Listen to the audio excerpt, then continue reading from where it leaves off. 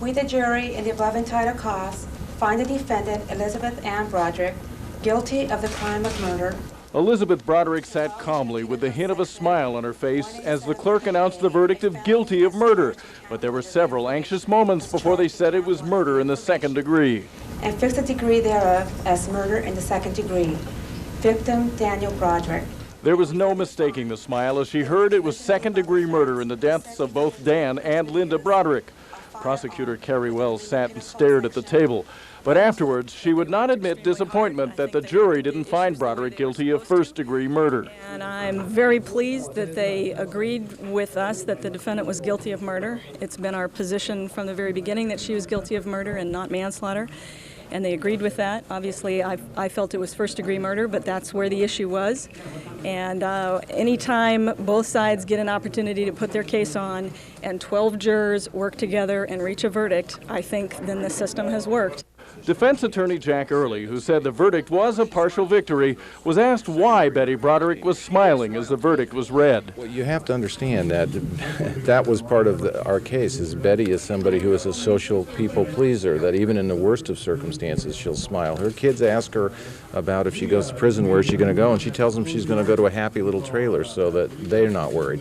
As Betty Broderick left the courthouse, she was still smiling as she went off to face a possible life term in prison.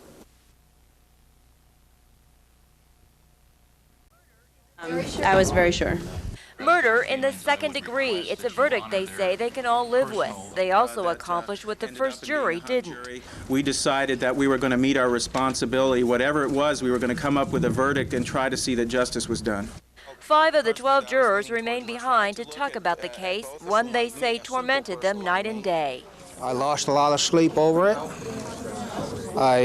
My emotions were touched many times.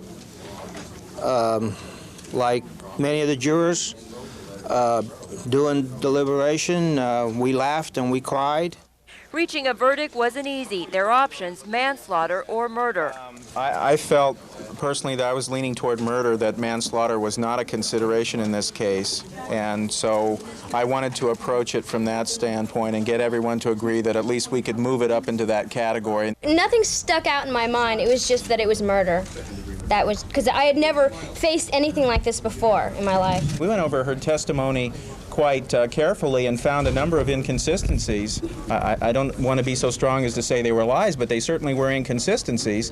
But it became a question of how did Betty Broderick perceive the world? And perhaps she perceived the world a little bit differently than most of us did. The jury reached its verdict after a verbal vote count before lunch, but they didn't make it official until after taking an extra long break to think about it. In the end, they were sure. Oh, sure. I sympathize for her. I